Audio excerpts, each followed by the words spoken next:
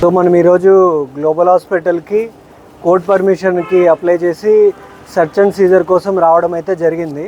And court permission మనం పెట్టిన తర్వాత ఈరోజు మనకి సెర్చ్ చేయమని అండ్ సీజర్ చేయమని, దానికోసం మనకు అసిస్టెంట్స్గా మెడికల్ టీం నుంచి కూడా మెడికల్ అబ్జర్వర్స్ కూడా వచ్చారు అండ్ మీడియేటర్స్గా కూడా వచ్చారు.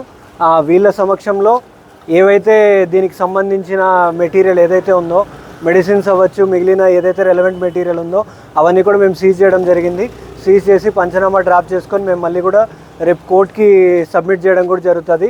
ఇదంతా కూడా మెటీరియల్ సీజ్ చేసింది ఫర్దర్గా ఎఫ్ఎస్ఎల్కి కూడా పంపించేసి మాకు రెలవెంట్ ఎవిడెన్స్ ఏదైతే ఉందో అది కూడా తీసుకొని కేసు దర్యాప్తులో భాగంగా మేము ఇవన్నీ కూడా యూజ్ చేసుకోవడం జరుగుతుంది. ఈరోజైతే మనము దీంట్లో సర్చ్ అండ్ సీజర్ అయితే మెడికల్ డిపార్ట్మెంట్ కోఆపరేషన్తో అండ్ మీడియేటర్ సమక్షంతో మనం చేయడం జరిగింది. థ్యాంక్ యూ అండి.